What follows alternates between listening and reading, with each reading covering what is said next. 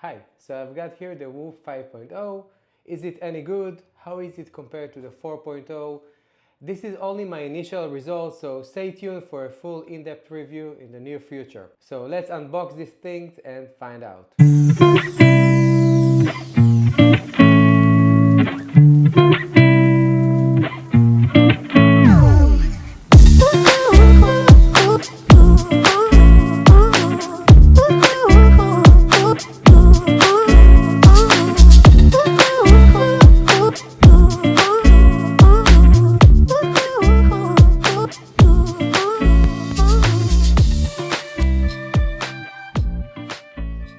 So inside we have a very nice packaging, like Apple style packaging, and also we have a charger.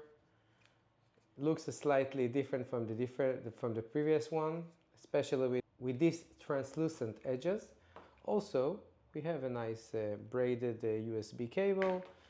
And that's it. I have to say it does feel the same on the wrist. I don't find any differences between the previous model, especially with the band. It looks a little bit premium, like any other Whoop. Maybe you can choose a better strap if you want it to look a little bit different, but I have the standard one. So basically Whoop have released two models. The one that you see here, which is, we'll call it the basic model, and the MG model, which stands for medical grade.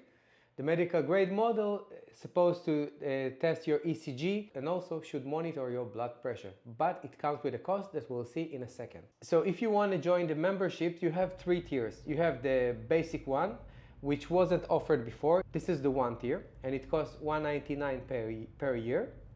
We have the peak, which costs $239, and we have the life with the MG device, which costs $359 US. By the way, I think you can buy a new Apple Watch or some like a low tier Garmin watch or a really good Chorus watch in this price every year, by the way, and sell the previous one. So you should really consider if you want to join this top tier membership. If you'll choose the one membership, you'll get a 14 plus days of battery life. We'll discuss it in a bit. You get a basic charger, which is wired and is very strange. Like if it's wired already, why do you have the charger? Never mind. You have the recovery, sleep and strength scores that if you know Whoop, so you probably know those.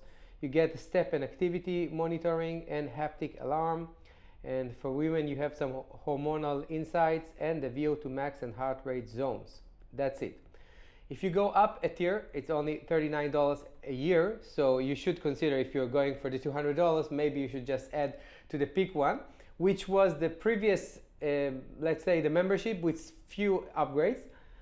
So you're getting everything you get with the one. Also, you get a health span with Whoop Age, which is a nice feature which try to estimate your age, your biological age and the Whoop age. And if you have some discrepancies, hopefully a negative discrepancy, so it means that you are in a good position. Also, you're getting the stress monitor and the health monitor. If you go up for more than $120 US, you also get the ECG and irregular heart rate notifications and blood pressures insights, which are in beta currently. By the way, if you are already a member of Whoop, that's something really controversial. Since I was already a member, I had to upgrade and I had to pay $49 US to upgrade to the newer model, which contradicts what they stated in the website when they said that you will be able to upgrade for free as long as you are a member. Also, if you want to upgrade to the Life one, you will have to separate yourself for another $79 US.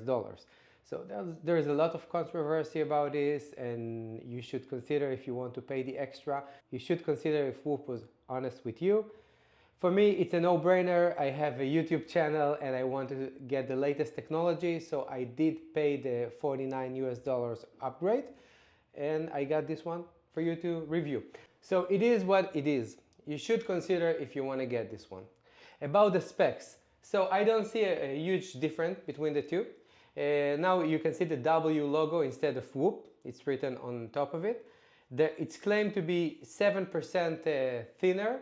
No, 7% smaller. I'm not sure it's thinner. Maybe it's even a bit thicker. I don't feel the difference, so you don't need to expect something extraordinary. from the one that you had before. What you need to consider if you have purchased Whoop straps of the 4.0, they won't fit the 5.0, which is a bummer because those brands, if you bought the official ones, they are not cheap. I think they start, the cheapest one starts in $50 and goes up. So that's something that you should consider. If you want to upgrade, please consider that. I think the huge benefit to upgrade from the 4.0 to the 5.0 without even testing the heart rate monitor to see if it's any better, just from superficial overview, it's claimed now to have 14 days of battery life, which the previous one claimed to have 4 days of battery life. So if you just consider those two options, it's like almost 3 times more. I could tell that my 4.0 was lasting between 3 to 4 days. I think I never reached 5.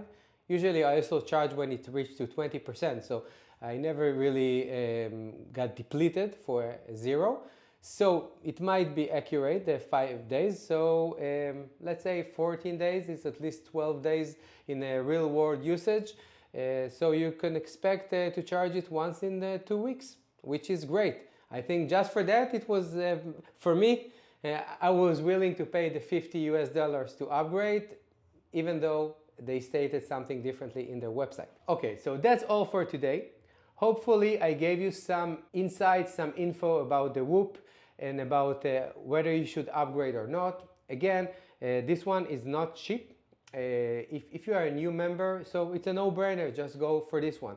If you're already a member of Whoop and you don't want to pay the $50 extra, I don't think it's that a huge gap. We'll need to test it like in an in-depth review in the near future, so stay tuned for that. Otherwise than that, I think you can keep your 4.0 and still enjoy it, unless you really get annoyed by the battery life and you are willing to pay the extra fee for that. That's all for today. If you like this video, don't forget to hit the thumbs up button. Also, consider subscribing for more videos like this.